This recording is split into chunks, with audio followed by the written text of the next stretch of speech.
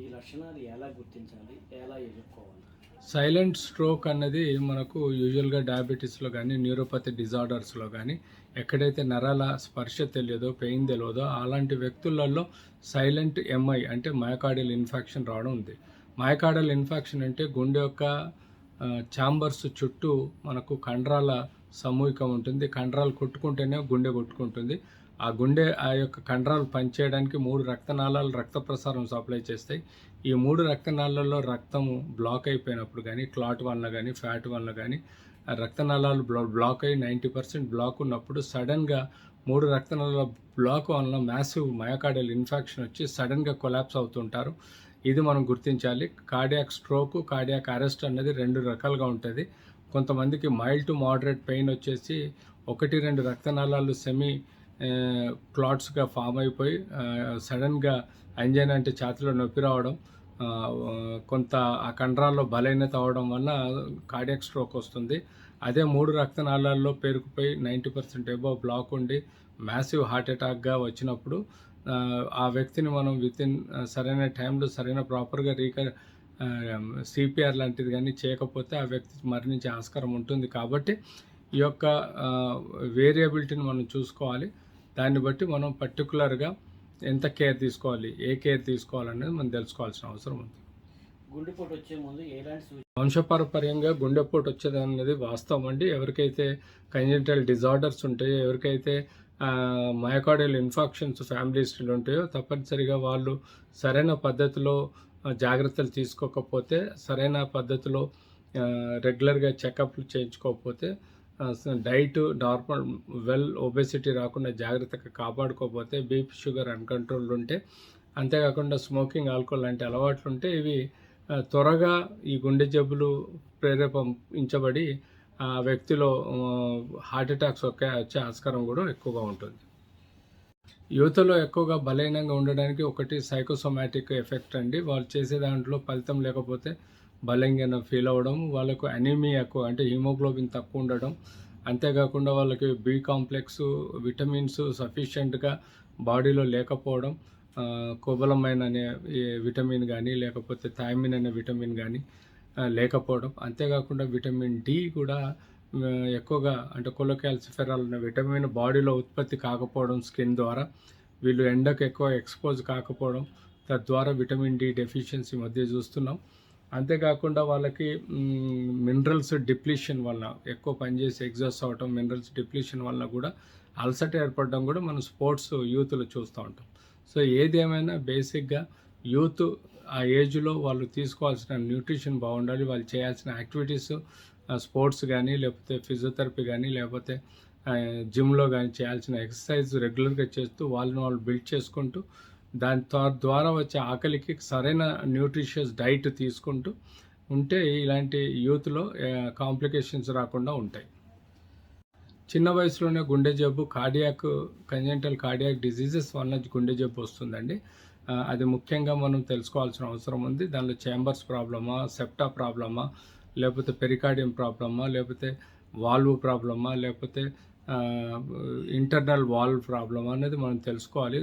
చిన్నపిల్లలు యూజువల్గా heart disease పేరెంట్స్లో ఉంటే హెరిడిటరీగా కూడా హార్ట్ డిజీజెస్ రావచ్చు. యూజువల్గా అక్యూట్ కార్డైటిస్ అంటే ఇన్ఫెక్టివ్ కార్డైటిస్ అంటే బ్యాక్టీరియా వలన కూడా గుండె ఇన్ఫ్లేమ్ అయ్యి ప్రాబ్లమ్స్ రావచ్చు. ఇలాంటి infections, viral infections, bacterial infection వల్ల కూడా చిన్నపిల్లల్లో రావచ్చు. సో చిన్నపిల్లల్లో diabetes, hyper tension, zonal diabetes, hyper tension వచ్చినాయి, కిడ్నీ ప్రాబ్లమ్స్ ఏవొచ్చినా కూడా ఇలాంటి పాసిబిలిటీలో గుండె జబ్బు వచ్చే ఆస్కారం ఉంటుంది. కాబట్టి ఎక్కువగా ఫ్యామిలీ హిస్టరీ ఉన్న వాళ్ళు, గుండె జబ్బు ఉన్న వాళ్ళకి త్వరగా ట్రీట్మెంట్ ఇస్తే వాళ్ళు మంచిగా ఉండే ఆస్కారం కూడా ఉంటుంది. స్ట్రోక్ గుండెపోటు అప్పుడు వచ్చినప్పుడు మనకు యూజువల్గా అలసటగా ఉంటుంది, తలనొప్పి వస్తుంది, అంతేకాకుండా చెమటలు వస్తాయి, గుండె లెఫ్ట్ సైడ్ పెయిన్ రావడము, బరువు అనిపించడము, లెఫ్ట్ సైడ్ పెయిన్ లెఫ్ట్ ఆర్మ్కు పోవడం, లేకపోతే ఈ మ్యాండిబుల్ ఈ యొక్క నెక్ సైడ్ పెయిన్ రావడం, అంతేకాకుండా అచ్చలనగా అంటే చెమటలు బట్టి అచ్చలనగా పడిపోవడం, లాంటి సిమ్టమ్స్ సైన్స్ మనం చూస్తాం.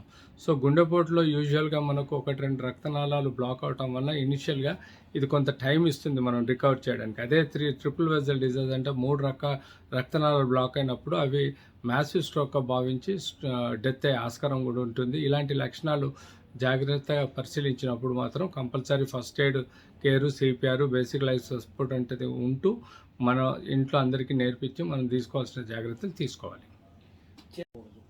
గుండె నొప్పి వచ్చినప్పుడు సడన్గా మీకు 108 కాల్ చేయాలి.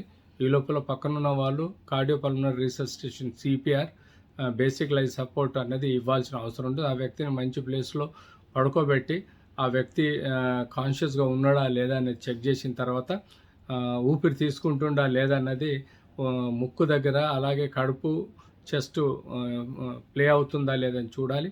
దానికి తోడు గుండె కొట్టుకుంటుందా లేదా అంటే దానికి పల్స్, చేతిలో పల్స్ దొరకకపోతే ఈవెన్ మెడ పక్కన పల్స్ కూడా చూసుకోవాలి. ఆ పల్స్ రియల్గా ఆగిపోయి ఉంటే తప్పనిసరిగా హార్ట్ అటాక్ వచ్చినట్టుగా భావించి ఇమీడియట్లీ వెనక ముందు ఆడకుండా మన కుడి చేయిని ఎడమ చేయి పైన పెట్టుకొని ఛాతీ మధ్యలో బోన్ ఉంటుంది. ఆ బోన్ పైన 5 సెంటీమీటర్ లోతు వరకు ప్రతి మినిట్కి అంటే హాఫ్ ఎ సెకండ్కి ఒక బీట్ వచ్చే విధంగా మనం 130-120 వరకు కంప్రెషన్స్ ఇవ్వాలి.